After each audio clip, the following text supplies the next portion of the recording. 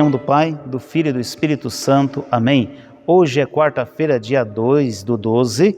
Vamos ouvir o Santo Evangelho que se encontra em Mateus, capítulo 15, versículos 29 a 37. Naquele tempo, Jesus foi para as margens do mar da Galileia, subiu a montanha e sentou-se. Numerosas multidões aproximaram-se dele, levando consigo coxos, aleijados, cegos, mudos e muitos outros doentes. Então os colocaram aos pés de Jesus e ele os curou. O povo ficou admirado quando viu os mudos falando, os aleijados sendo curados, os coxos andando e os cegos enxergando. E glorificavam a Deus de Israel. Jesus chamou seus discípulos e disse: Tenho compaixão da multidão, porque já faz 3 dias que estão comigo e nada têm para comer. Não quero mandá-los embora com fome, para que não desmaiem pelo caminho. Os discípulos disseram: Onde vamos buscar nesse deserto tantos pães para saciar tão grande multidão? Jesus perguntou: Quantos pães tendes? Eles responderam: 7, e alguns peixinhos.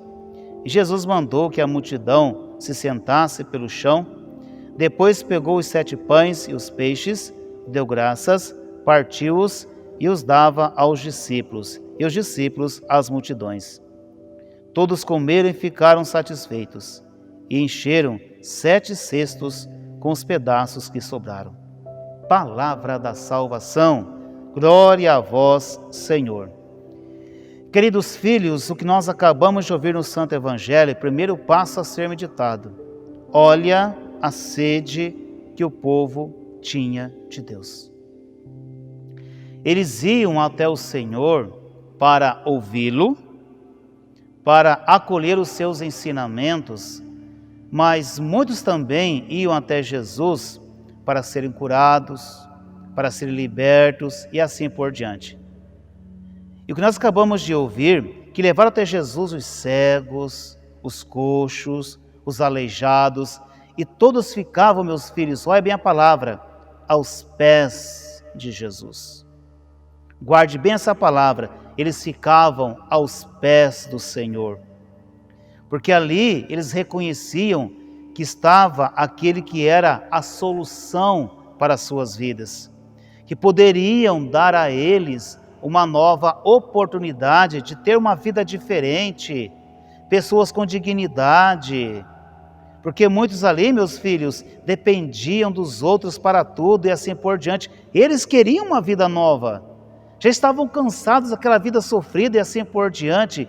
Eles conseguiram ver em Jesus a solução para a realidade que eles viviam.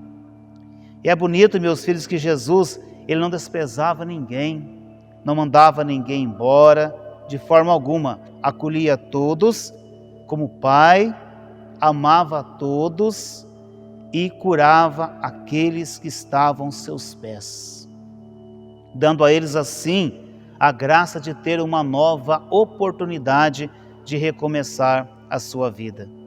Olha o amor de Deus por todos, por todos. E Jesus, para completar o seu ato de misericórdia, ele viu aquele povo que estava com ele já há algum tempo, já há algumas horas, estavam com fome. Então ali, também para cuidar do físico, ele então fez a multiplicação dos pães, como também de alguns peixinhos, e todos comeram e ficaram satisfeitos. Meus filhos, Jesus, ele cuida de um todo. Jesus, ele não faz a obra pela metade, não, ele faz num todo. E aquele povo que presenciava o que estava acontecendo no meio deles, eles louvavam, glorificavam a Deus, porque eles viam a misericórdia do Senhor sendo derramado no meio deles. Meus filhos, Jesus também, ele quer nos libertar, sabe? Vamos focar na cegueira espiritual. Quando a pessoa está cega, espiritualmente falando, esse tempo que estamos vivendo agora do advento, Simplesmente é qualquer tempo da igreja e nada mais do que isso. Por que eu digo isso? Quando a pessoa tem a consciência, está aberta ao momento que estamos vivendo na nossa igreja, que é um período de preparação para receber o Senhor que está para chegar, ela vai se preparar para esse momento. Por exemplo, se ela pode se confessar, ela vai procurar o sacramento da confissão, porque ela sabe que ali ela vai ser preparada para receber o Senhor que está para chegar. Se ela está aberta ao momento, se a cegueira espiritual não faz parte da sua vida, ela vai procurar e fazer de tudo para preparar o seu coração também através da vida de oração. Vida de oração, tendo boa espiritualidade. Isso só acontece, meus filhos, quando a cegueira espiritual, ela não faz parte da vida da pessoa. Caso contrário, se a cegueira espiritual acompanha a pessoa, ela passa a vida toda, e Deus simplesmente não pode fazer parte da sua vida, não porque Deus não quer, mas a cegueira espiritual que faz parte da vida dessa pessoa a impede então de permitir que Deus possa realizar maravilhas na sua vida. Meus filhos, só Jesus pode nos libertar. Somente Ele. Somente Ele. O que nós devemos ter a consciência também é que se eu estou necessitado de algo do Senhor, eu vou aos pés de Jesus. Aqueles que eram cegos, aleijados, os coxos, eles iam aos pés do Senhor. Se eu quero que Deus realize algo na minha vida, eu devo ir ao encontro do Senhor e cair a seus pés com humildade, simplicidade e reconhecer que Jesus pode mudar a minha vida. Caso contrário, meus filhos, a minha vida será a mesma. Se eu quero que o Senhor realize algo na minha vida, eu não posso ficar parado.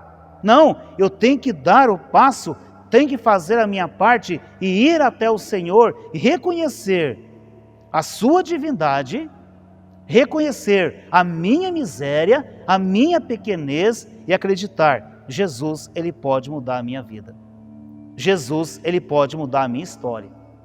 Aí sim, desta forma, eu vou ter um coração totalmente transformado, renovado pela graça e pela misericórdia do Senhor, e assim a minha vida ela vai ser outra. Por isso, meus filhos, que o Senhor Jesus, nessa caminhada do Advento, nos dê a graça da verdadeira conversão do nosso coração, e assim, cada dia que passa desse tempo, o nosso coração vai sendo cada vez mais lapidado, transformado, renovado, para receber o Senhor que está para chegar. Deus tem um amor muito grande por você, um amor incomparável, insubstituível. Portanto, se abra a este amor e deixa Deus transformar e renovar a sua vida. Deus abençoe você e a sua família. Em nome do Pai, do Filho e do Espírito Santo. Amém.